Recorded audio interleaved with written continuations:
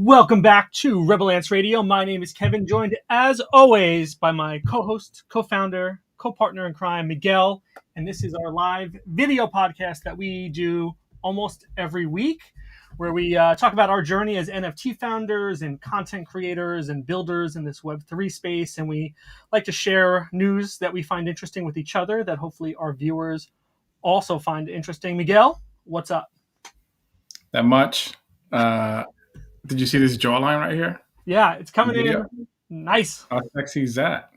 It's coming in real good. What are you, losing weight? Or are you on Ozempic? What are you doing? What? Are you on chewing Ozempic? gum. I'm chewing gum. That works. Better than smoking or eating. I don't smoke. I eat a lot, but I don't smoke. Me too. I'm right there with you. Miguel, we are dangerously close to 1,000 subscribers on YouTube. We're at 987. This number has been climbing by the hour over the last. It was 988. 988. Let's do a little refresh. Oh, you're right. Look at that. By the end of the show, we are going to be at 1,000. If you're watching, go ahead, smash that like, smash that subscribe button. We need you. Get us to 1,000, but we don't even have enough to monetize because we need to have watched hours as well. So we're at 2,500 watched hours. We got to get to 3,000. So we're almost there. As long as we keep doing our show, people keep watching, we will get there and we'll make pennies per episode and we'll have achieved one of our goals that we set for ourselves about a year ago. Yeah, it's funny because the watch time hours doesn't really update on automatically. It updates like every couple of days. It takes a couple of days. Also, it's a rolling 365, so we might have had like a lot of watch hours, 13 months ago, but then that 13th month drops off as we roll in. So our goal is to have more watch hours over time. So it has to be within the year? It's within a rolling 12 months. So hey, we're getting there. We appreciate the new followers and hopefully they get some value out of what we're doing here and follow along. Hey, real quick, I thought that you changed the intro. So you made it smaller. What does that mean? I thought you said the other day you shot me a text saying that you were changing the intro. This is not what I said. This is not what I said.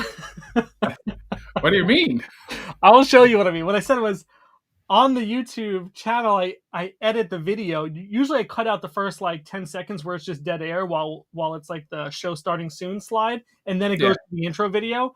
I cut out the intro video from the stream after it happens.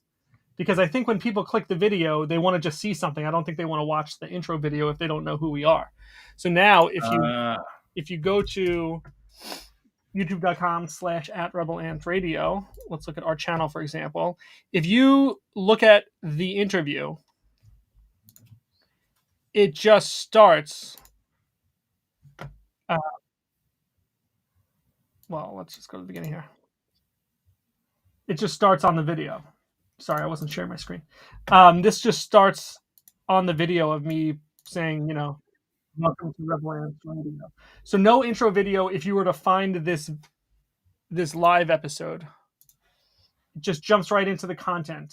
I don't know if that's better or worse, but I just want to try something new. What do you think? Bad idea? That's a good idea. I like it. The podcast, what I was saying is if you listen to the podcast, the audio still has the intro. I feel like if you're downloading, you're expecting maybe an intro where you already know what you're getting into, so it's part of the package. But if you're stumbling onto this from YouTube, you might want to see action immediately. Yeah, all right. So we've got a lot happening with NFT NYC. Not only is it happening, we have a lot to do. We do. We do. All right, you give me your version of where we're at. What do we have to do? So NFT NYC, we have a lot going on. So you're a speaker, number one. What up? Number two, my art is being showcased. What up? And number three, we're going to be there all 3 days interviewing people. Yeah, we are. Sort of a sponsorship with NFT NYC. I mean, I don't want to give too much out yet until we finalize the last emails back and forth. But it looks like we're going to be there interviewing all artists and creators that pass through there. So some good stuff coming. Can't wait to see what happens. Yeah, it'll be great if we can set some up ahead of time. Some people that are going to be there, maybe we've been trying to connect with, or people that we already know online but have never met IRL. And it'll be great if we can catch some people walking by. I know that, like you said, we'll be there all 3 days. I'm sure there's going to be a few speaking sessions that we'll want to go to. So we'll have to shut down the booth. But otherwise, the plan is to hang out at our booth as much as possible, meet people, do some giveaways, interview as many people as we can on Rebel Ants Radio. And to do that, we're going to, create a mobile podcast studio. Or at least we think we're going to be able to create it. I don't think we'll be able to do it, but we're going to try really hard. We're going to. Well, we bought a shitload of equipment, so hopefully it all works. Yeah, we got a lot of equipment. We're going with the Rodecaster Pro 2 and then a couple of sets of wireless mics. Hopefully make it real easy for people to sit down, clip on a wireless mic, do our thing, and then take the mic back instead of having all these booms, these arms all over the place. Might make it real easy. We just need to try it out. We got to see, does this work?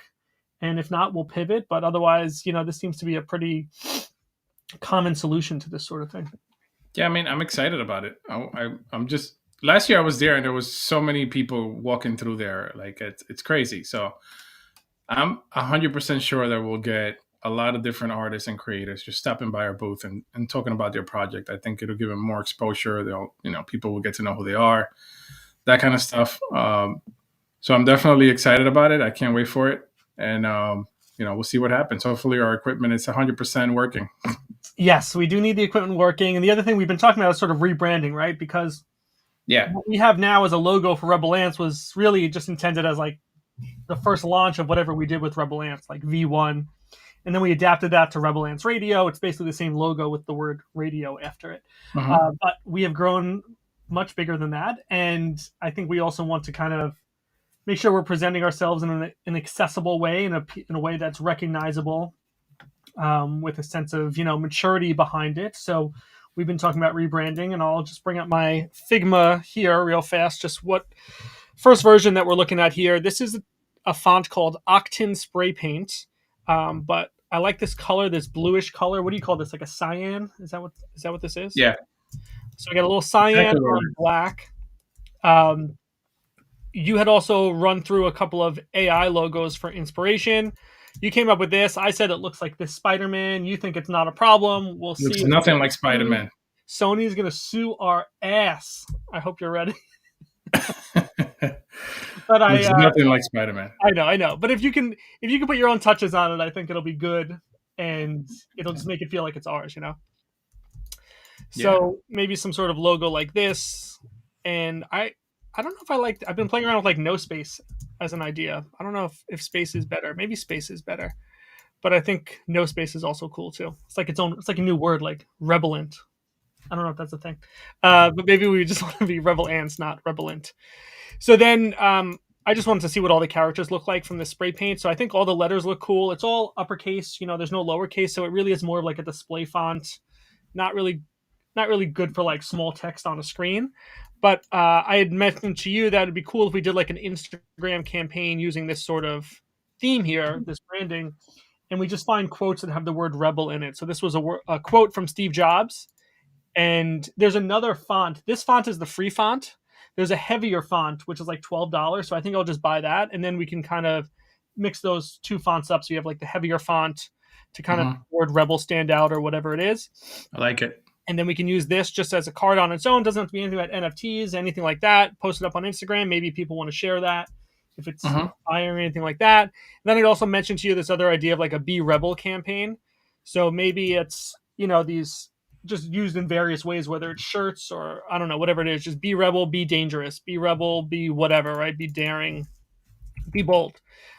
So this could be used in many different ways, I think. I don't know that it feels a little cheesy to me, but maybe we just need to like grow with it, or maybe we need to make a few changes. But I like this idea of having like this blank space that we can kind of play off of and continue to put in new words. So whether it's different types of t-shirts or different postings, whatever it is, or even like partnerships, I was thinking. So it's like be rebel, be a saint of LA, right? Like something like that. Like there's ways that I think we could make this functional for multiple Yeah. purposes. And I was even thinking like on a hat, like I would love to have just this word rebel on a hat. Doesn't have to say Rebel Ants, just like this on a hat, I think would be pretty cool. So I am liking this font the more I use it and play with it. I'm working on designing the website now, which I've shown you a little bit about, but still working on the branding more so. And then if you can come up with a logo, that'll really help us move in the right direction, I think. So that's where we're Yeah, I at. think I'm gonna work on the logo. I'm gonna work on the logo probably tomorrow. I mean, I really like the idea of us rebranding, obviously, because we have changed a lot since the beginning, and we're just not one project; we're multiple. So Exactly. I think And we it's a have more great to come. idea for us too. And We've we got a have lot we to have a come. lot more to come. Yeah, Yeah, yeah, but yes. talking about NFT NYC, like I'm super excited about that. Like that's huge for us. Like It's huge. not only do we have one thing going on, we have three. Like Yeah. who would have thought that we would have three things going on at NFT NYC? Yeah. It's like you say, we're gonna be there like ants at a summer barbecue. We're taking over, baby. We need to like trademark that saying. I think we should. We're also going to have like a pop up banner, so we'll work on designing that. We had talked about some other giveaways, almost like postcards, as like a one pager to help explain to people who we are, what we do. So I will work on that. And what else? Yeah, hopefully there'll be some events those evenings as well in the city that we'll get to hang out with some people outside of the conference. Yeah. It's gonna be good. It's gonna be good. A lot to do, and like you and I said, like we got to figure out how to make this work for us, right? This has to be a springboard for us, and we'll have to spend a lot of time kind of brainstorming and maybe learning from others who've been there how to make the most of this. Yeah. Hey, quick question. Yeah, We're using EV mugs, right? that's right. That's correct. So the Instagram part of it, is that working or no? The You Instagram tell me. live. Right now, I've got a red like error sign, but that happened during our interview with Casey, and you said that we were still live. So I don't know if you're able to check if we're live on Instagram or not. Let's I don't know. see, Rebel Ants. I don't know how these things work. Let's check out. Let's pull up Rebel Ants. I'm on Rebel Ants. I don't know how I would know if this was live or not. I don't think so. It should be like a thing on the actual circle, Oh, I see what you're saying. Okay, so maybe we're but not live I right don't now. see anything there. No. Yeah, let me So we hit got to stop streaming to this destination, and yeah, we'll have to we figure got to out how to figure get that out. that. Yeah, I don't know why it worked the first time that we did it. Where We're we tried. definitely live on X, so Yeah. that's definitely happening. All right, we'll figure it out. Lots of room to learn and grow. We got 3 people watching us. Go ahead, hit that like, hit that subscribe, get us to 1,000 on the YouTubes, please. If that's how you're watching, drop us a comment. Let us know where you're watching from. Miguel, biggest day ever in Bitcoin history. Would you agree with that? Yes. Why are you why are you so reluctant to admit that it was the biggest day ever for Bitcoin? Because I just hate the SEC. That's it. You just That's all hate I'm the saying. SEC. I'm not Well, gonna get myself in trouble go talking ahead, do about. it. Come on. Are you a rebel or what, huh? Lay it out there. I really hate Gary from the SEC. That's all I'm saying. I That's know. all I'm saying. I know. I And hate he's that guy. even since the launch of the ETF, he said, "I'm not supporting Bitcoin. Just be careful." It's He's like, still talking shit. Yeah, I know. No, all right. Not only is he talking shit, but he went on and said that he was talking about money laundering and like all this other bullshit, right? And here I am thinking like, what is this guy talking about? You know how many trillions of dollars have been thrown into like money laundering through dollars and yeah, all this shit he said? every drug transaction in the history, including today, like It's it's through it's through it's the in cash. almighty dollar. Yeah, I mean, look at every bad thing that's happened pre-Bitcoin that you could not say was Bitcoin's fault. All the sex trafficking, all the child trafficking, all the human trafficking, all the drugs, all the whatever, all the buy-offs. It was all cash. All the murder All for cash. hires, all cash. Like, let's talk about that instead of talking about Bitcoin. Like, Yeah, this is Gary. no, but it's true. I hate when he says you Bitcoin and its transactions for like sexual whatever and drugs and all this bullshit. What the fuck is this guy talking about?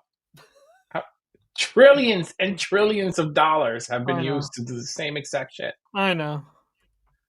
Like, It's like, come on, yeah, stop, stop. Just say you hate Bitcoin. That's it. I'll be more happy if he just comes down and says, "Hey, guys, listen, yeah, I this really is hate wild. Bitcoin, and that's it." Yeah, Just say it.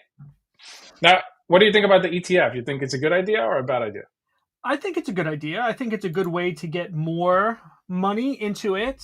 I think it's a good way to give more legitimacy to cryptocurrency. And should this work out for those investment firms, then maybe they'll be more willing to jump into Ethereum or other altcoins. I think an interesting question that I heard raised was, there's a finite amount of Bitcoin, right? So are these institutions now going to hold on to so much that it becomes harder to acquire over time? And maybe, I The mean, answer is yes. if anything, that just raises the scarcity of it, which makes it more valuable, right? Which, of course, makes it Yeah, harder to get into. But that's one of the beauties of Bitcoin is the scarcity, right? Some altcoins, some cryptocurrencies have no limit or have an insane amount of supply. What makes Bitcoin so beautiful is it's just these 21 million coins, yeah. and that's all it'll ever be. So if that's the thing people want, I mean, let them go get it and let that be motivation for you to start now. The problem with it is that the more ETFs that we get from like BlackRock and like all the Grayscale, all these huge institutions, I feel like the more control they're going to have over Bitcoin. In some way, I mean, they might have more influence in regulation, but in terms of the contract and the code, like the code's the code. You can't change anything. You can't change the halvings. You can't change the hashing or the block transactions or anything like that. But if anything, they'll have more influence over the regulation that comes out. Yeah, Pulling I up, guess. just I've got the chart pulled up here for Bitcoin. Let's look at the last 7 days. It was a real a real roller coaster. The day it got approved. Well, it was approved Wednesday. Trading started Thursday, and had a nice boom in the morning. I think it hit. I think it touched 49,000 at some point, and then it just slowly started to decline. And people are saying it's a sell the news event, and I've heard a lot of those predictions and projections before it was even approved that it'll spike and then there'll be a slow drift back, maybe 20% loss, even some people said, and then start to Yeah, climb back up. So I think that's probably what we're seeing now is that pullback. And I think there's still a lot of unanswered questions, even from a regulation stand by these or for these investment companies. So maybe they're mhm. not ready to dive in or to continue to accumulate. But looking at an article from Reuters.com, it said there was $4.6 billion in volume On the in the first first day, yeah. day of ETF trading. So that's 4.6 of ETFs, not Bitcoin. But the ETFs, that almost has more because the ETFs are cheaper to get into than a Bitcoin. So it was, a ton of transactions happening that morning.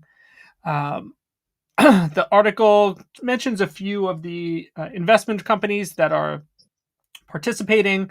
I think one that people were surprised about was Vanguard saying they're not going to participate. So some people moved their money out of that. Um, but overall, I think it's good. I'm excited to see where it goes. It keeps it in the conversation, in the zeitgeist of where we Yeah. are these days. What are your projections on this? I think that part of the reason why it went down so much too in the last couple of days too is because a lot of people bought in when it really dived into the 30s, right? And I think that all those people that bought in into the 30s are now scared that it might happen again, so now they're selling at whatever they think the top is, which is now. Yeah, I think so. I think at some point or another it's just going to level off. I mean, I said this from the beginning that this was going to happen, even before the ETFs got approved. I don't know if you remember, but I tweeted it and I said it a couple of times that I think once the ETFs gets approved, it's gonna skyrocket on the news, and then it's gonna plateau again, because you're gonna have selling pressure from people that got into the 30s or whatever that really bought high and is making a quick buck. Try to turn it around where they think the high is. But I think at some point it's gonna plateau and it's gonna go back up again. But um, I have confidence in the ETF on the buying pressure that's going to come eventually at some point within the next couple of weeks or so. But I think Bitcoin's going to continue to rally up. I don't know where we will end up at the end of the year, but I mean, I think that it'll definitely be close to the ATH that we were at 60, 65, 67, Is this whatever the it was, maybe highest more. start for a year? Even, not like pre-ETF, January 1. Is this the highest start we've had for a year in Bitcoin? Because we Yeah, started the year at, over 40,000. yeah, yeah. This is the highest. Yeah, that'll be interesting to see how it ends for the year. I mean, the last year ended at like 16,000, right? Could you imagine dropping down to Hmm. 16,000 now? Yeah, It feels so weird. It was such a slow climb back. The last 10,000 really pushed through in Q4, but yeah. it'd be weird to drop back down to like 16,000. But a Well, lot of people are, yeah, go ahead. I don't think this time it'll drop that much. Obviously, if you look at the charts for Bitcoin, they kind of follow the same suit. The last every 2 years or every 3 years, Yeah, it follows the exact same suit. The difference now is that the ETFs are guaranteed, so the ETFs are going to be there regardless. So that yeah, selling pressure is not going to be felt as much. So I think that yeah, is it going to go down probably in a few years again? Yeah, because that's usually what happens in the market. I mean, it happens in the regular stock market, not as volatile as Bitcoin, but it does happen. But I do think that with the ETFs, I think that selling pressure is going to be felt a lot less. Does that make sense? yeah, absolutely. And almost to that point, like it'll be interesting to see how these investment firms respond to crazy price drops like that, right? There's volatility in Yeah. stock markets, but I think in crypto, it could be even bigger swings. And sure, you could 2x or 5x, who knows what Bitcoin will do over the next year, but it'll be interesting to see if it really drops down to under 20, what do they do? Do they just keep buying more because they have faith that it'll go back up? I mean, Hmm. I was telling my wife, like, I have no doubt that Bitcoin will eventually hit 100,000. So Oh it's just a yeah. matter of time, right? It's just a Yeah, for matter of sure. time. It's all it is. Just a matter of time. Yeah. Like if you look at the regular stock market, there's a lot of ETFs in the regular stock market. So I think that keeps it from the volatility part because you can own stock of whatever, right? But if there was no ETFs or like 401ks or anything like that that's long lasting, it would have the same volatility Right. as crypto, a hundred Right. percent, right? But people don't realize that. People just think like the volatility of like crypto, blah blah blah. They just don't know. They don't know the market. I've been investing for years, so I follow all these charts and all this crap, and I read a lot on it. So I think that's part of the reason why that happens. Yeah. Let's let's talk about our boy Logan Paul, Mr. Prime himself. He he was The the face of a prime. project over a year ago. I think almost 2 years ago now, called Crypto Zoo, where he was Mhm. talking about this game that was going to come out as me play to earn. And of course, he has a passionate fan base that were following and they bought into what he was selling. I think it was zero point 0.1 ETH was the mint for these crypto zoo animals or eggs. And it was basically a rug, right? Nothing ever happened with it. And so there was a lot of demand, a lot of push saying what happened or give us our money back. I think, well, not I think, he was being sued for misrepresentation of what was happening. And Mhm. then, famous YouTuber CoffeeZilla came out and did this deep dive investigation into him, into this project, and really uncovered that, hey, nothing's happening. There was no plan to even compensate people for what they had lost. And just this year, Logan put out a update for a way that you can claim your buyback. So basically get back your zero point 0.1 ETH. Now, the dollar value of zero point 0.1 ETH may be up or down from now. So it's, you never really know what that's going to be. But the idea is I think that you can get basically an NFT that you can redeem for zero point 0.1 ETH, basically sell it back for zero point 0.1 ETH.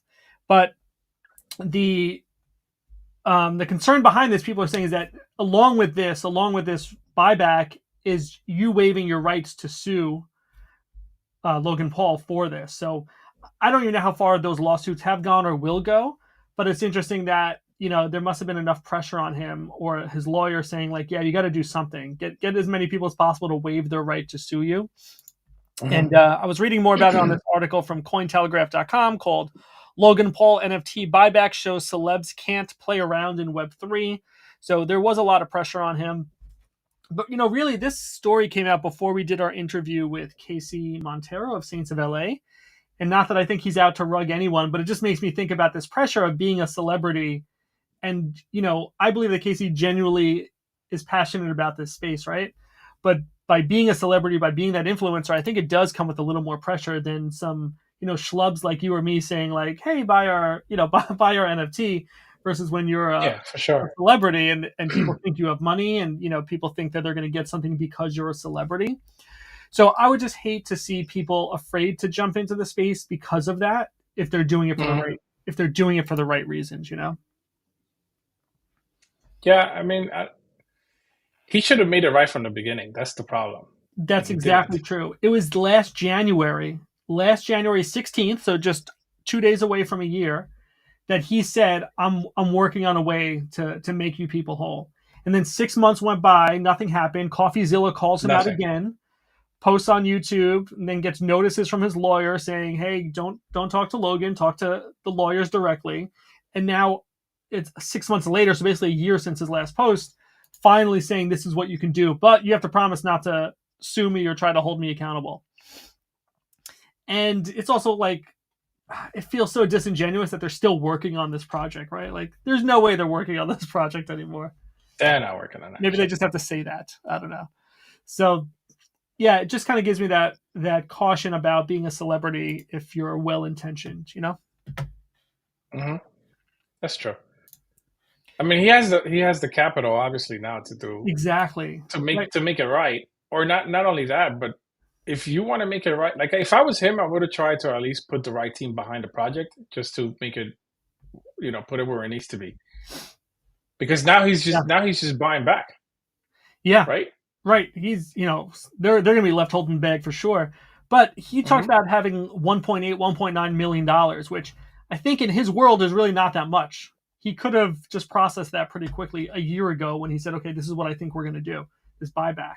Now, to wait this much longer, it actually might cost them more money because I think ETH is up today than it was a year ago. So they'll actually end up making more money. He could have easily put 1.2, 1.5 million into the project and made it an actual project. Yeah, made a lot more money off of royalties and gameplay and promotions like that. That's true. That would have been a much better use of the money. Like, just put it behind the project and make it a real project instead of a rug. That would be great if everyone just did that. But he had the capital from the beginning to do that. Yeah, and he's continuing to accumulate capital from all of his other projects. So let's see what happens. Hopefully nobody's really been negatively impacted by it. We've all been holding NFTs that are worth garbage now, but I think from his promise of what it was before is really where the difference comes from. I mean, have you been, like, are you a fan of Logan and the brother or no? I watched the documentary on Netflix. I thought it was interesting, but that was it. I've never watched a video on YouTube of theirs. I'm not subscribed to their channels. Never watched the fight. Just thought the documentary was interesting. The documentary was interesting. It was, but I'm still not a fan. Well, I'm definitely not a fan after, because of all this. I would say I'm definitely not a fan, but I'm not even a watcher or anything like that. Not even a subscriber. Not that he needs me. He doesn't need both of us. He doesn't. I wanted to share with you 2 articles I saw on content verification for some actual use cases of blockchain technology, which I thought were interesting. And this first article is from the Defiant.io. The article is called Fox Launches Protocol for Content Verification on Polygon. It says 89,000 pieces of content have been registered so far. So this is Fox Corporation today announced the beta release of an open source protocol built on the Polygon proof of stake network to help media companies prove the provenance of content. The protocol called Verify will allow publishers to register content on chain in order to prove origination, according to its website. Verify shows how blockchains are important outside of financial use cases. They can prove provenance, track the origination of content online.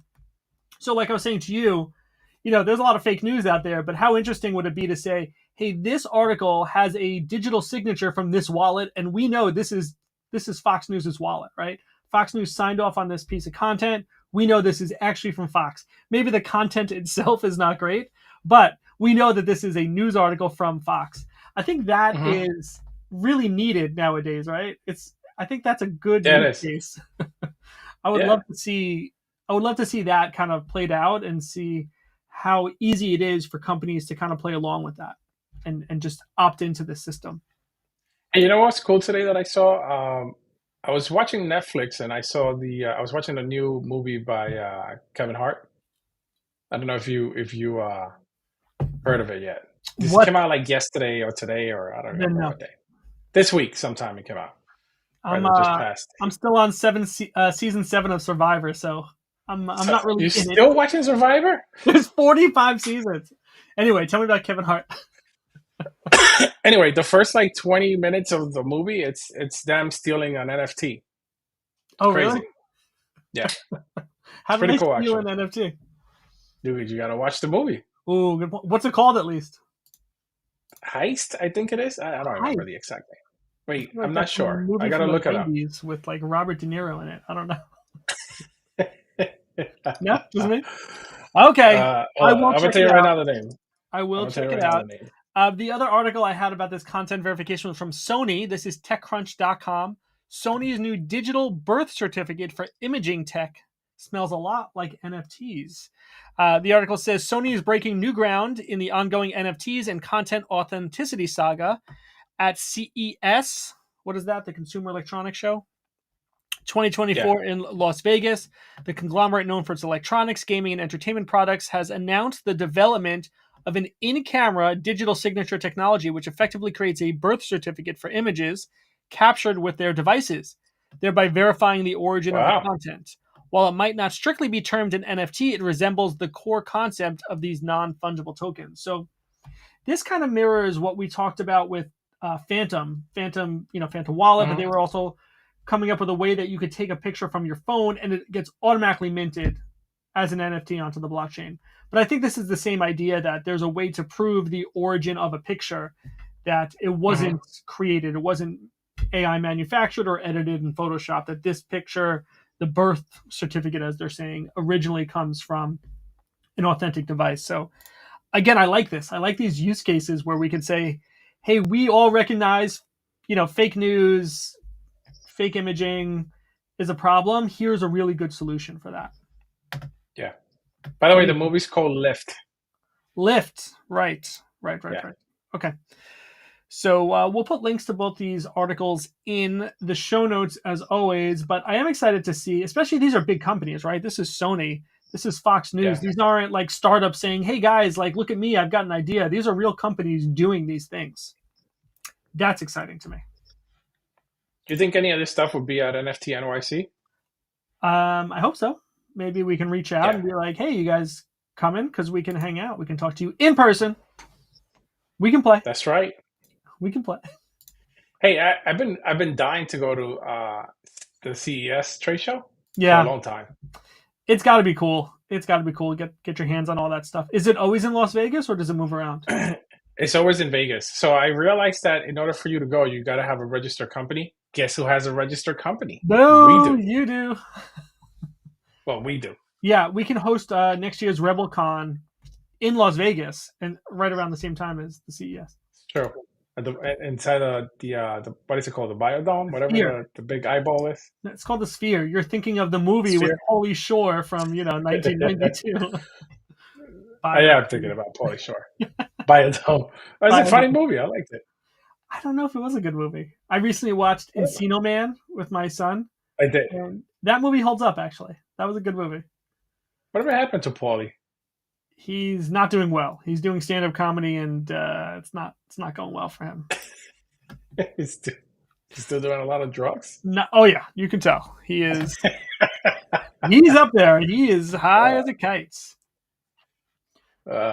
Miguel, I saw a interesting tweet from Crypto Kermit. I'm a big fan of his tweets, big follower.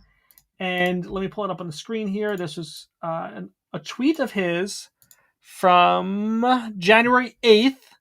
And it says a thread about the top NFT red flags. And these are interesting to read in hindsight of looking back through like the 2020, 2021 bull run and then going into the bear market and where we are now. So I just thought it'd be fun to look at and kind of remind ourselves that, hey, with crypto prices going up, bull running, and, you know, new people wanting to get into the market, let's just be mindful of some of these potential red flags. Before I even scroll down this list, any stand out to you that you want to call out that might be on this list? There's a lot, but I really want to hear this from the list. Let's see. What you got? All right, number 1. When someone says early Bored Ape Yacht Club vibes, red flag. That is true, though.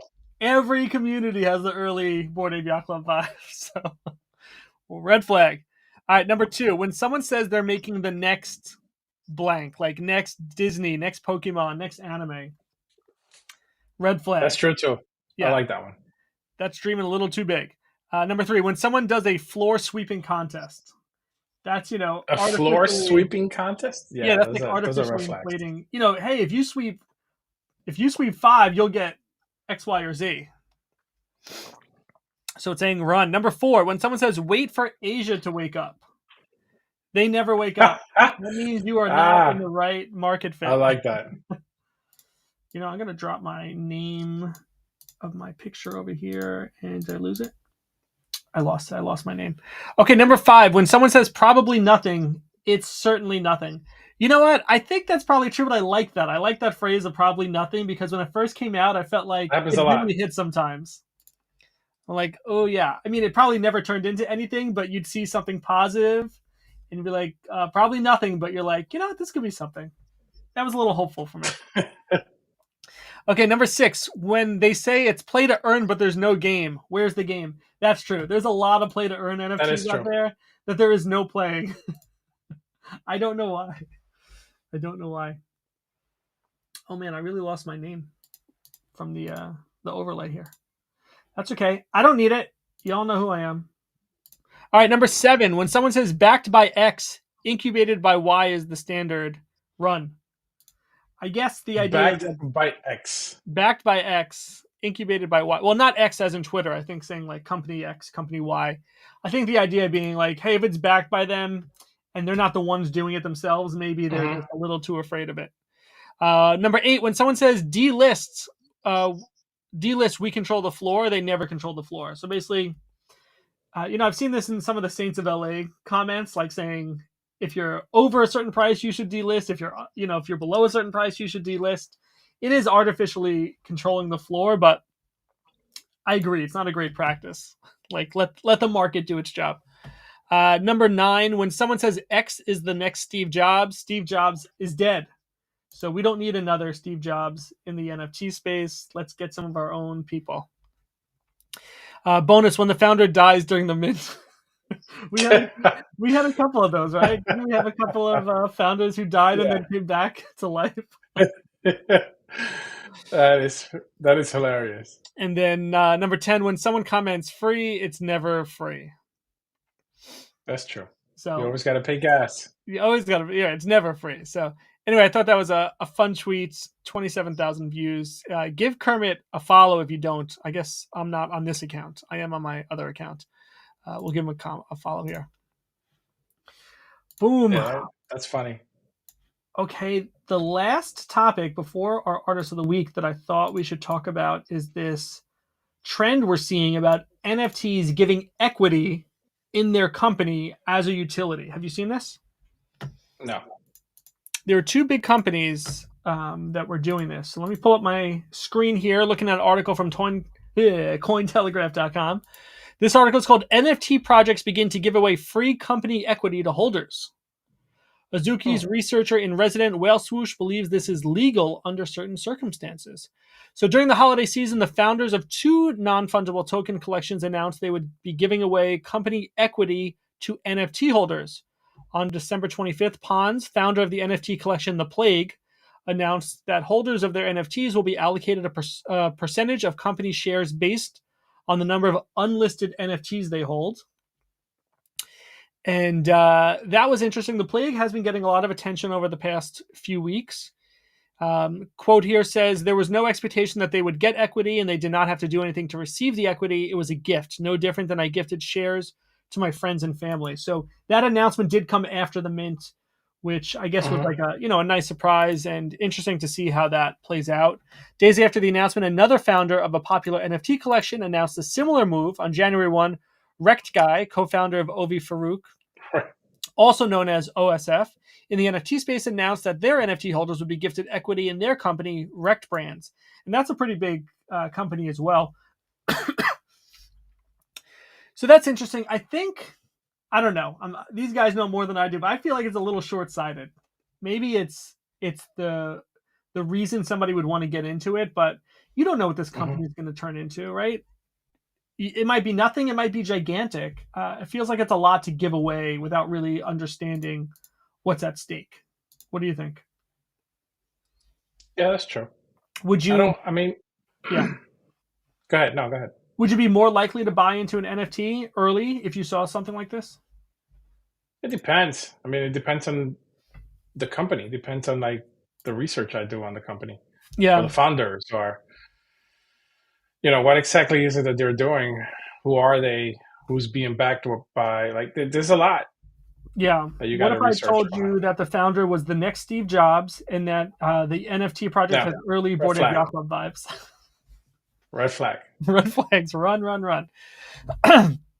Anyway, I thought this was interesting because this is like a next level of utility, and maybe it's needing to up the game of what's being offered by utility, and that's the attraction now into certain projects, or will become the new standard, which is to say, hey, if you buy this, you will, you're going to want to hold on to these for quite a while and keep them delisted.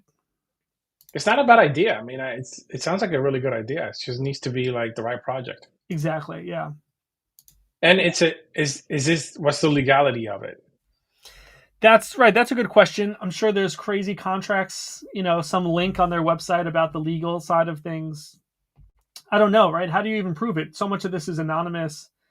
It might also be difficult if you have multiple wallets that are disconnected from each other. I don't know. I don't know what do you get more share if you have different wallets? Like if you have this spread out in different wallets? I don't know. There might be some interesting numbers there, some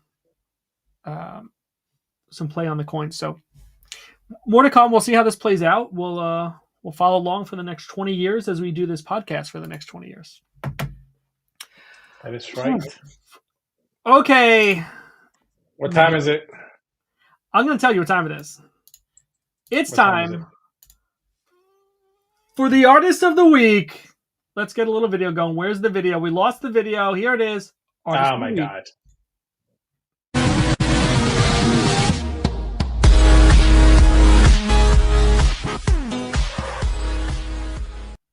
Artist of the week this week is none other than Greg Mike. Have you ever heard of Greg Mike? Oh yeah, I have. Well, I didn't know who Greg Mike was until my wife is like, "Hey, I really like this guy. You should check him out." Can you see the screen? Yeah. Weird. Okay. So Greg Mike is a street artist who also has done a fair bit in the NFT space. Give me 1 second. My screen's acting funny. I don't know why. Anyway, so I've got his Instagram pulled up here. Is at Greg Mike. He's got 211,000 followers, so quite well known. But his art, the style is awesome. He seems, from all of his interviews that I've seen, podcasts that he was on with a guy named Payne Lindsay, seems like a very down-to-earth guy. He's had a couple of near-death experiences, and you can kind of see that influenced in his art. His most recognizable piece of art is this, I think it's called Larry Loudmouth. It's this blue square with a chipped tooth. And, as he said, the chipped tooth reminds him how fragile life is. But his Instagram is great. If you look on his YouTube, he's got like a 9-minute video just kind of talking about him and being in Atlanta and some of the projects he had done there. And then if you go over to his website, there's just so much here. It's so cool to just kind of click through this. And then if you go over to this, Loudmouth says he has like a little contest, a little campaign, which I love. Basically, create your own Loudmouth where you kind of fill in the caption here. So here are some examples of past winners. So, be productive, not popular, pop art, not pills, hugs or drugs, what do you fancy? So kind of allowing people to kind of fill in the blank here and make their own, and then you pick some winners. So I like that. I like, again, back to that thing we talked about, like that blank line to kind of fill in. I really like that level of engagement, but I would love to get him on the show here. He's been at NFT NYC the last couple of years, so if he's going to be there, I'd love to meet him. Love to get him on the show in person there.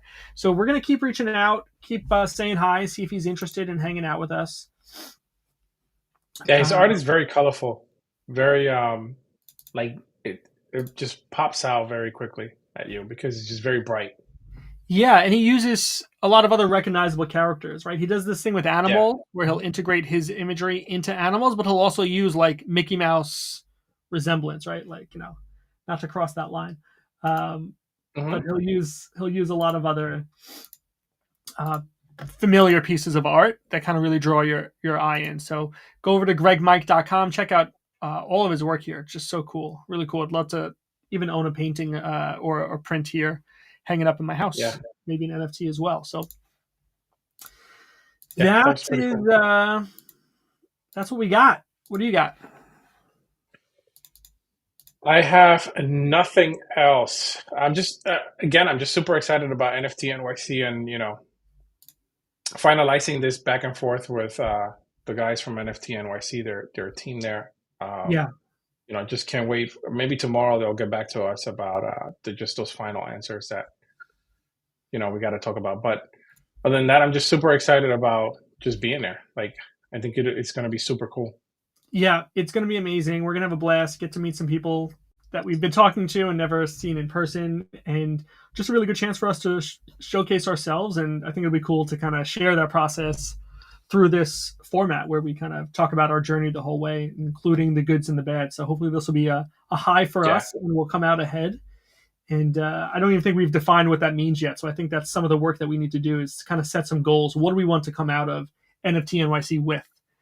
Is it a monetary thing? Is it a network thing? Is it a partnership thing? Whatever that is, let's talk about what those goals are so we can really measure against them. Are you ready for your speech? I think about a lot how I'm not ready for it. So yeah, let's see. I think I could get up there right now and do it if I had to, but I'd like to really refine it, clean up the presentation a bit, because it was really just a rough draft. So you mentioned your boy Miguel in there. Miguel's in there. I got a whole slide on having a partner. That's you. Okay, you're the partner. I feel very happy about that. Yeah. Hey, quick question. Are you wearing pants right now? I may or may not be wearing pants right now. Okay, on that note, have a great night. Go ahead. Follow on X, formerly known as Twitter, at Rebel Ants. Head over to Rebel Ants. Great night, everybody. Keep an eye out for our future rebranding. Give us a like and a subscribe. Get us to 1,000, please. Thank you. Have a great night. Talk to you soon. Peace.